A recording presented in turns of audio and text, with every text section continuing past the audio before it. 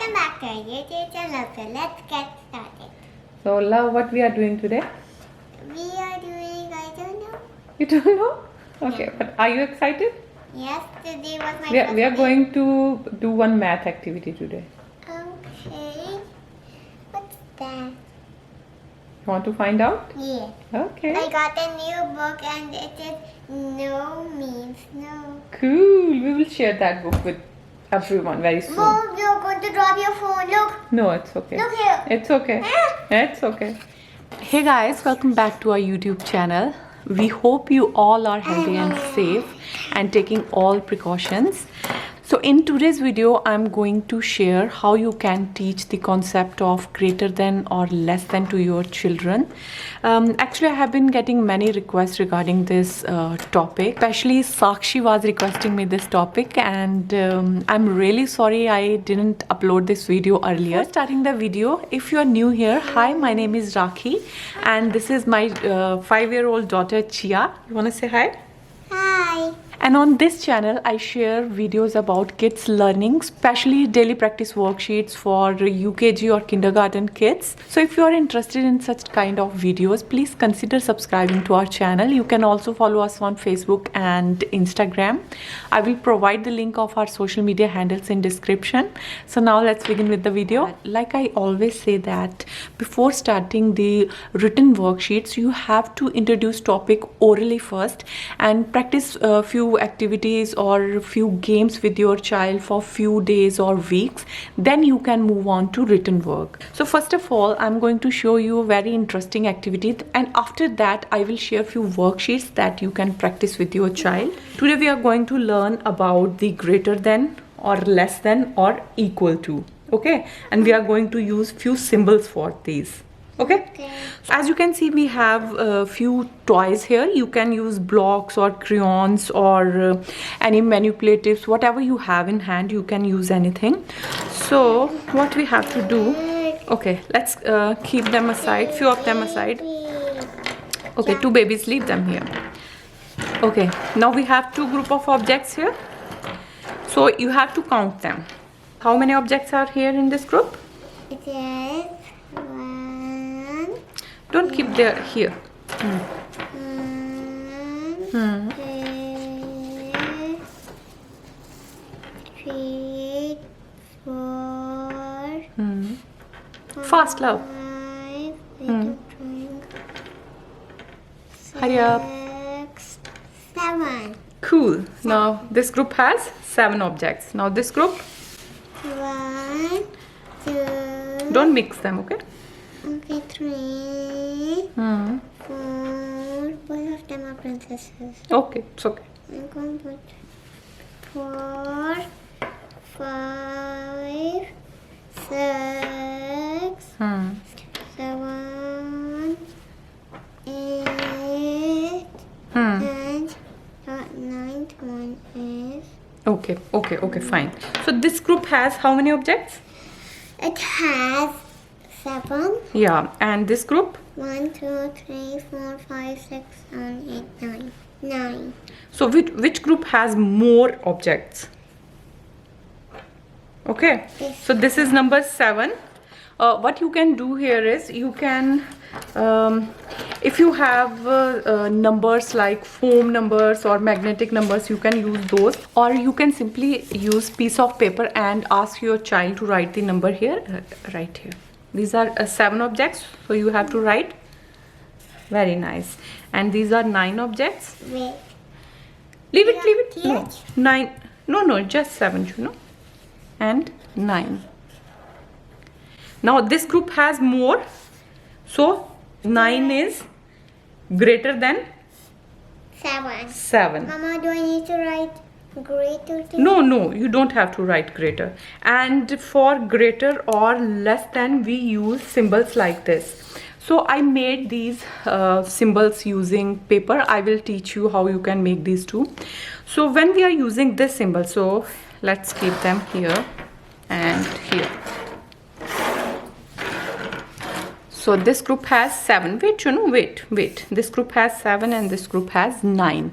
Now we have this we use few symbols to show greater than or less than. Okay, we have this symbol. This side is open side.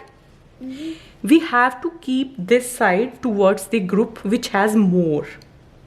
Okay, and this closed side we are going to keep towards the group which has less. Okay. So how can you keep it? Very nice. So 9 is greater than 7. It means greater than. Don't go down the It's okay. You can go after 5 minutes. This means greater than and this means less than. Okay. Now let's say if there are 3. Wait. Let's say if there are 4 and there are 2 objects. Now how can you keep it? Yeah, pay attention. Yeah, this group has more, so we have to keep this open and towards the group which has more or which is the greater number. Okay, and if there are equal number of objects, we are going to use symbol this. This is the symbol for equal. When there are 4 4, or let's say if there are 2 2, if there are 1 1, so these are same. Yeah. Yeah, so these are same, so we will put symbol equals to. This is called equals to, and this side we call it greater than. Wait, you don't need to do that? No, you are done for the day. No, I'm not. Love, you are wasting too much time. So this side we will keep for greater than, this is for less than, and this is equals to. Okay, And which is for... yeah, like When if, will this be for less? like if we have this object and this, now how you can keep it? Yeah. So here I will suggest कि जब भी आप कोई नया topic introduce करवाएं, just start with the oral practice, क्योंकि अगर आप ऐसी कुछ एक्टिविटीज़ या गेम्स बच्चे के साथ खेलेंगे तो बच्चे को कॉन्सेप्ट जो है वो अच्छे से समझ आ जाएगा, और जब बच्चे को कॉन्सेप्ट समझ आ गया तो फिर उसे रिटन प्रैक्टिस करने में ज़्यादा प्रॉब्लम नहीं होगी. बट यहाँ पे मैं आपको एक चीज़ कहना चाहूँगी कि आप जब भी ग्रेटर देन का या लेस देन का कॉन्सेप्ट बच्चे को करवाएं, उससे पहले आपको कुछ चीज़ों का ध्यान रखना पड़ेगा. तो बच्चे को लेस देन या ग्रेटर देन का कॉन्सेप्ट समझाने से पहले आपको बच्चे को लेस और जो मोर का कॉन्सेप्ट है, जो साइज कंपैरिजन है या क्वांटिटी कंपैरिजन है, तो वो बच्चे को आनी चाहिए. अगर आपके बच्चे को क्वांटिटी कंपैरिजन अच्छे से आती है तो उन्हें फिर लेस देन या ग्रेटर देन का कॉन्सेप्ट समझने में ज़्यादा प्रॉब्लम नहीं होगी. फर्स्ट आपको बच्चे को लेस और मोर का जो कॉन्सेप्ट है वो समझाना है. तो मैंने ऑलरेडी साइज और क्वांटिटी कंपैरिजन की वीडियो आपके साथ शेयर किया है. अगर अभी तक आपने वो वीडियो नहीं देखा है तो उसका लिंक मैं आपको डिस्क्रिप्शन में दे दूंगी. Make sure to check that video out. और सेकेंडली, आपने जैसे अगर बच्चे को आफ्टर और बिफोर नंबर जो हैं वो सिखाए हुए हैं तो इससे भी काफ़ी हेल्प मिलेगी बच्चे को ग्रेटर या फिर लेस देन का कॉन्सेप्ट समझाने के लिए. तो जैसे मैंने अभी आपको कहा कि आपको रिटन वर्क करवाने से पहले आपको ओरल प्रैक्टिस करवानी है.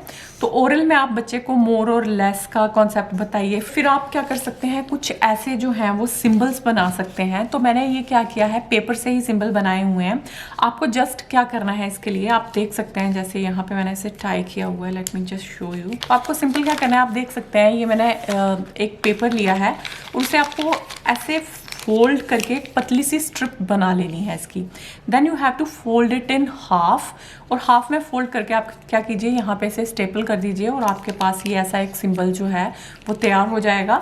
और फिर आप ये सिंबल जो है वो यूज़ कर सकते हैं बच्चे को लेस देन और ग्रेटर देन का कॉन्सेप्ट समझाने के लिए. सेम वे में आप ऐसे 2 इक्वल पीसेस भी जो है वो बना सकते हैं, और you can use these pieces for equal to symbol. तो ग्रेटर देन और लेस देन के लिए आपको एक ही सिंबल बनाने की ज़रूरत पड़ेगी, आपको 2 बनाने की ज़रूरत नहीं है. और कुछ दिन के लिए आप बच्चे को बस ऐसे ही उनके टॉयज दे दीजिए और उन्हें कहिए like this group has 4 and this group has 6 objects. तो which group has more object. तो अभी आपको बच्चे को सिंपल टर्म्स में मैं क्या बताना है कि जो भी ओपन एंड होगा इस सिंबल का वो हमेशा उस ग्रुप की तरफ होगा या उस नंबर की तरफ होगा जिसमें ज़्यादा क्वांटिटी है या फिर जो नंबर बड़ा है, और जो क्लोज्ड साइड होगी वो हमेशा उस नंबर को रिप्रेजेंट करेगी जो कि स्मॉलर नंबर है। बच्चे को थोड़ा ग्रेटर देन और लेस देन का ही कॉन्सेप्ट में थोड़ा कई बार कंफ्यूजन होता है। बाकी इक्वल्स टू का कॉन्सेप्ट तो बहुत ही ईजी है। जब दोनों ग्रुप में सेम नंबर ऑफ ऑब्जेक्ट्स हैं या फिर दोनों नंबर अगर बराबर हैं तो फिर आपको इक्वल टू का सिंबल यूज करना है। तो पहले आप जस्ट ऐसे ऑब्जेक्ट देके कहिए। तो सेकेंडली आप क्या कर सकते हैं, ऐसे ही कुछ पेपर पे ऐसे नंबर लिख सकते हैं। तो फिर आप बच्चे को बोलिए कि उसे बताना है कि which is the greater number और which is the smaller number. तो बच्चे को ये सिंबल यूज करने के लिए कहिए। 3-4 दिन के लिए ओरल प्रैक्टिस करने के बाद फिर आप क्या कर सकते हैं, कुछ रिटन वर्कशीट्स जो है वो बच्चे के साथ प्रैक्टिस कर सकते हैं। तो आपको बच्चे को समझाना कैसे है कि ये जो सिंबल है, जो ये ओपन साइड है, ये यूज होती है फॉर ग्रेटर नंबर, और ये क्लोज्ड जो साइड है ये यूज होती है फॉर स्मॉलर नंबर। और ये वाला सिंबल जो है इसे हम लोग बोलते हैं इक्वल टू। तो ये सिंबल जो यूज होता है जब दोनों नंबर बराबर होंगे। तो अभी जब रिटन प्रैक्टिस आप करवा रहे हैं तो इसे डिफरेंट वे में आप करवा सकते हैं। सबसे पहले आप क्या कर सकते हैं, नंबर लाइन यूज कर सकते हैं ग्रेटर नंबर के लिए और स्मॉलर नंबर के लिए। तो जैसा आप देख सकते हैं यहाँ पे मैंने 1 से लेके 10 तक नंबर लिखे हैं। तो अब जब भी बच्चा जो है वो फॉरवर्ड काउंटिंग कर रहा है लाइक 1 2 3, तो जितने भी जो आफ्टर नंबर होते हैं वो ग्रेटर नंबर होंगे। और जब बच्चा बैकवर्ड काउंटिंग कर रहा है लाइक 10 9 7, तो जितने भी बिफोर नंबर जो होते हैं वो स्मॉलर नंबर होते हैं। आप एक तरीका ये है, आप बच्चे को ऐसे करवा सकते हैं लाइक। तो आप क्या कीजिए, एक ऐसी वर्कशीट बना के बच्चे को दे दीजिए। फिर प्रैक्टिस के लिए आप जैसे यहाँ पे लिख सकते हैं 8 and 6। तो बच्चे को क्या करना है, यहाँ पे सिंबल लिखना है। तो आपने अगर ऐसे नंबर लाइन बनाई होगी तो बच्चे को आप रेफरेंस लेने के लिए कह सकते हैं कि 6 क्या है, पहले आ रहा है, देन 8 जो है 8 कम्स आफ्टर 6, तो it means 8 is greater than 6। तो यहाँ पे सिंबल क्या आएगा। सेम वे में अगर यहाँ पे 3 है और यहाँ पे 5 है तो 3 comes before 5, 3 comes before 5, so 3 is smaller number। तो अगर स्मॉलर नंबर है तो हमें इसकी तरफ क्लोज्ड साइड जो है वो रखनी है। तो आप ऐसे नंबर लाइन से भी बच्चे को थोड़ा कॉन्सेप्ट बता सकते हैं कि जो आफ्टर नंबर होते हैं वो हमेशा ग्रेटर नंबर होते हैं, जो बिफोर नंबर होंगे वो स्मॉलर नंबर होते हैं। तो उसके बाद है कि आप कुछ वर्कशीट्स जो हैं वो बच्चे के साथ प्रैक्टिस कर सकते हैं। तो जैसे आपने ये लिख के दे दिया, तो शुरू में जब आप कुछ वर्कशीट्स देंगे तो आप ऐसा कुछ बना के बच्चे को दे सकते हैं उनके रेफरेंस के लिए। और फिर आपको ऐसी वर्कशीट से स्टार्ट करना है। आपने क्या करना है, कुछ डिफरेंट नंबर ऑफ ऑब्जेक्ट्स जो हैं वो ड्रॉ करने हैं। पहले बच्चे को आप इन्हें काउंट करने के लिए कहिए like this is 5 and this is 7। तो 7 इज ग्रेटर देन 5। तो बच्चे को ग्रेटर है तो कौन सा सिंबल आएगा, ओपन साइड जो है वो ग्रेटर वाले की साइड आएगी। देन 4 and 4, तो ये इक्वल है। Then this group has more और दिस ग्रुप इज, तो कहाँ पे सिंबल आएगा ये। सेकेंड टाइम पे जब आप ये वर्कशीट दे रहे हैं, what you can do is, again आपने डिफरेंट नंबर ऑफ ऑब्जेक्ट्स जो हैं वो ड्रॉ किए हैं। अब आपको क्या करना है, बच्चे को कहना है कि वो इसे काउंट करे और उन्हें नंबर जो है वो नीचे लिखना है like this group has 7 objects and this group has 6। 7 और 6, so which is greater number here, 7। तो बच्चे को क्या करना है, 7, ये सिंबल यहाँ आएगा। Now here we have again 7, here we have 10. 10 is greater than 7 or you can say 7 is less than 10। तो अगर लेस देन है तो मतलब जो क्लोज्ड साइड होगी वो लेसर नंबर की साइड हमें रखनी है। फिर 2-3 दिन जब आपने ऐसी वर्कशीट्स प्रैक्टिस कर ली, then you can move on to simple numbers. अभी यहाँ पे है 8 और 10, so 8 comes before 10, it means 8 is less than 10. 4 comes after 3, so this is 4 is greater than 3. 5 is equal to 5. Now 11 comes after 10, So 11 is greater than 10. Now 17 comes before 21, so 17 is less than 21. 8 comes before 18, so 8 is less than 18. So you can try these kind of different worksheets ताकि आपके बच्चे का जो concept है वो अच्छे से clear हो जाए. और यहाँ पे मैं एक चीज़ आपको कहना चाहूँगी कि ये ऐसा नहीं होगा कि आपने आज बच्चे को सिखाया और कल या फिर 2 दिन में बच्चा सीख जाएगा. तो आप बच्चे को कम से कम 2 वीक्स का टाइम दीजिए इस कॉन्सेप्ट को समझने में. और जैसा मैंने आपको पहले कहा कि ग्रेटर देन और लेस देन का कॉन्सेप्ट समझाने से पहले आप बच्चे को मोर और लेस का जो कॉन्सेप्ट है वो अगर आपने समझाया होगा तो फिर ये समझने में उन्हें ज़्यादा दिक्कत नहीं होगी, क्योंकि इसमें जस्ट उन्हें सिंबल्स ही यूज़ करने हैं और ज़्यादा कुछ करना नहीं है यहाँ पे. उसके साथ ही जिस सीक्वेंस में मैंने आपको वर्कशीट्स बताई हैं, आप उस सीक्वेंस में अगर बच्चे को इंट्रोड्यूस करवाएंगे तो आई होप आपका बच्चा भी बहुत जल्दी जो है ये कॉन्सेप्ट सीख जाएगा. एटलीस्ट मैंने चिया को इसी वे में लेस देन और ग्रेटर देन का कॉन्सेप्ट समझाया था और वो बहुत ही आसानी से ये चीज़ समझ भी गई थी. और इसके साथ ही मैं आप लोगों से एक रिक्वेस्ट करना चाहूँगी, स्पेशली जो व्यूअर इंडिया में है. अभी हम सबको पता है कि इंडिया में सिचुएशन अभी बहुत ख़राब चल रही है. तो आप लोगों से मैं सिर्फ यही कहूँगी कि अभी कुछ टाइम के लिए, कुछ वीक्स के लिए या एक मंथ के लिए आप बच्चे की पढ़ाई को ज़्यादा प्रायोरिटी मत रखिए अपनी. तो आप ज़्यादा स्ट्रेस मत लीजिए कि बच्चे की पढ़ाई नहीं हो पा रही है. बच्चे कवर कर लेंगे. आप जस्ट अपना ख्याल रखें, अपने आपके जो फैमिली मेम्बर्स हैं उनकी सेहत का ख्याल रखें और जितने प्रिकॉशंस हो सकते हैं उसमें से कुछ अगर एक्स्ट्रा प्रिकॉशंस भी हैं वो लीजिए. और ये जो डिफ़िकल्ट टाइम है इसे किसी तरह से पास कर लीजिए. और ट्रस्ट में आजकल की जो जनरेशन है, खास करके बच्चे जो आजकल के हैं, दे आर वेरी स्मार्ट. तो ये बहुत ही जल्दी पिक कर लेंगे. ऐसा कुछ नहीं होगा कि 1-2 मंथ इन्होंने कुछ ज़्यादा नहीं सीखा है तो उनका पूरा साल बर्बाद होगा.